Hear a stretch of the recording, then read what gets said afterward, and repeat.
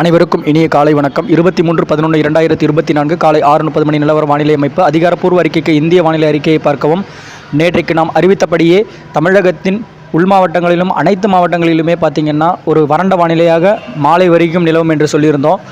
அதன் பிறகு தென் மாவட்டங்களில், அதாவது குறிப்பாக கன்னியாகுமரி, விருதுநகர் போன்ற அப்படின்ற மாதிரி நம்ம சொல்லியிருந்தோம். நம்ம அறிக்கையில் சொன்னோம். அதாவது தென் கடலோரங்கள்லையும் தென் மாவட்டங்கள்லையும் டெல்டாவின் தெற்கு பகுதிக்கு எதிர்பார்க்கப்பட்டது. ஆனால் மாலைக்கு பிறகு தென் மாவட்டங்களான கன்னியாகுமரி, திருநெல்வேலி மாவட்டத்தின் அந்த நாங்குநேரி, திசையன்விளை பகுதிகள் மற்றும் அம்பாசமுத்திரத்தின் பகுதிகள், ஆரல்வாய்மொழி, கணவாய் அப்படின்ற மாதிரி ஆங்காங்கேவும் பத்மநாபபுரம், அதாவது கன்னியாகுமரி மாவட்டத்தின் மேற்கு தொடர்ச்சி மலை ஒட்டிய அப்படின்ற மாதிரி வச்சுக்கலாம், ஆங்காங்கே ஒரு நல்ல ஒரு மழைப்பொழிவை கொடுத்தது நம்மளால்.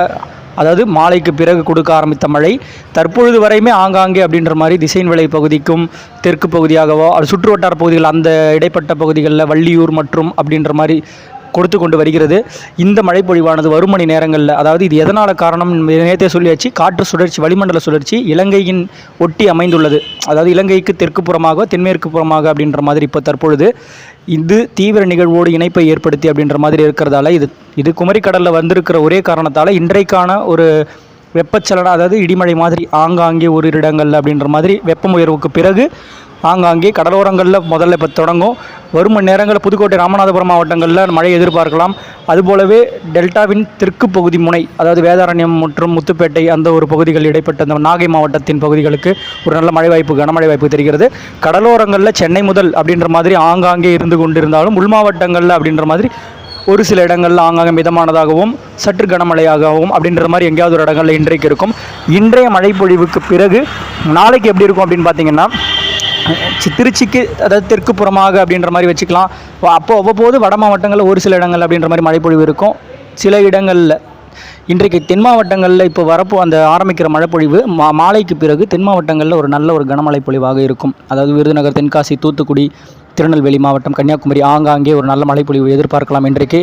ஏன்னா அந்த குளிரலை காற்றான குவிப்பு வந்து பார்த்திங்கன்னா தென்பகுதியை நோக்கி வருவதால் அங்கே குவிய செய்து இந்த மழைப்பொழிவானது கொடுக்கும். இந்த நிலையில் நாளைக்கு லேசாக மிதமாகவும் ஆங்காங்கே இருந்தாலும் 25க்கு பிறகு, அதாவது நள்ளிரவு அதிகாலைக்கு பிறகு ஒரு வெப்பம் உயர்வுக்கு பிறகு 10-11 மணிக்கு மேலெல்லாம் இலங்கைக்கு நாளைக்கே மழையை கொடுக்க இந்த தீவிர நிகழ்வு பார்த்திங்கன்னா இலங்கையை ஒட்டி அமைய போகுது. இலங்கைக்கு ஒரு நல்ல மழைப்பொழிவை கொடுத்து தமிழகத்தின் டெல்டா பகுதியில் நாளை மறுநாள் 10-11 மணிக்கு மேலே நாகை தென்முனையை தொடும். அப்பொழுது அந்த மழைப்பொழிவின் தீவிரமானது படிப்படியாக நாகைக்கு அடுத்து உள்ள மாவட்டமான தஞ்சை, திருவாரூர் போன்ற மாவட்டங்களில் படிப்படியாக அதிகரிக்கும். அதே வேளையில் கடலோரங்களில் சென்னைக்கும் எட்டி பிடிக்கும் வகையில் அமைந்து தென் மாவட்டங்களுக்கும் டெல்டா மாவட்டத்தின் பகுதி அனைத்து மாவட்டங்களுக்கும் படிப்படியாக மழைப்பொழிவின் தீவிரம் அதிகரித்து சென்னை போன்ற காஞ்சிபுரம், திருவள்ளூர் அப்படி அந்த மாதிரியான வட உள் மாவட்டங்கள், கள்ளக்குறிச்சி, அரியலூர், பெரம்பலூர், சேலம் உள்ளிட்ட மாவட்டங்களுக்கும் அனைத்து உள் மாவட்டங்களுக்கும் படிப்படியாக மழைப்பொழிவின் தீவிரம் அதிகரித்து காணப்படும்.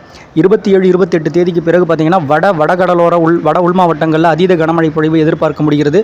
இந்த மழைப்பொழிவு எதன் காரணமாக வட மாவட்டங்களில் அதீத கனமழை பொழிவு அப்படின்ற மாதிரி பார்த்திங்கன்னா, இலங்கைக்கு ஒட்டியே அமைந்து அது டெல்டாவை நோக்கி பயணிக்கும் பொழுது இருகாற்று இணைவானது வடகடலோரங்கள் மற்றும் தெற்கு ஆந்திரா, வட ஆந்திரா, அவ்வப்போது விசாகப்பட்டினம் கரையோரம் வரைக்குமே எட்டி பிடிப்பதற்கான ஒரு சூழ்நிலையும் தென்படுகிறது. இதன் காரணமாக வட உள் மாவட்டங்கள், வட கடலோர மாவட்டங்கள் ஆங்காங்கே அதீத கனமழை பொழிவு கொடுத்து கொண்டிருக்கும். அந்த வேளையில் இந்த நிகழ்வு கரையேறிய பிறகு தென் மாவட்டங்களுக்கு மீண்டும், அதாவது வரும் தொடக்கத்தில் தென் மாவட்டங்களில் அதீத கனமழை பொழிவு கொடுத்து கொண்டிருக்கும் வேளையில் இந்த கரையேறிய நிகழ்வு பிறகு அது தென் மாவட்டங்களுக்கு மீண்டும் ஒரு கனமழை பொழிவை ஆங்காங்கே கொடுக்க தொடங்கும். ஆக மொத்தம் பார்த்திங்கன்னா 25, 26, 27, 28, 29, 30, 1, 2 அப்படின்ற மாதிரி வச்சுக்கலாங்க. 10 அடுத்த ஒரு 7, 8, 9 10 நாட்கள் கூட மழைப்பொழிவு காலம் அப்படின்ற மாதிரி இருக்கக்கூடும். இந்த மழைப்பொழிவின் தீவிரம் அவ்வப்போது மாறி மாறி அமையும். செட்டிங்ஸ் அதாவது இது நிகழ்வு அமைவிடத்தை பொறுத்து மழைப்பொழிவு ஆங்காங்கே அதீத கனமழையும் நல்ல ஒரு மிக கனமழையும் நம்ம ஏற்கனவே சொன்னது தான். தமிழக கரை ஒட்டி அமையப்போகுது, நல்ல ஒரு மழைப்பொழிவு வரப்போகுது. நம்ம முன்னெச்சரிக்கை தேவைகளை நம்ம தான் எடுத்துக்கணும். அனைவரும் பாதுகாப்பாக இருக்க வேண்டும். இன்றோடு அல்லது நாளையுடன் தங்களது பணிகளை முடித்து கொள்ள வேண்டும் என்று கேட்டுக்கொள்கிறேன். இந்த மழைப்பொழிவின் தீவிரம் சற்று அதிகமாக காணப்படும். இது ஏன்னா மழை தரும் நிகழ்வாக தெரிகிறது. வானிலையோடு இணைந்திருங்கள். நன்றி.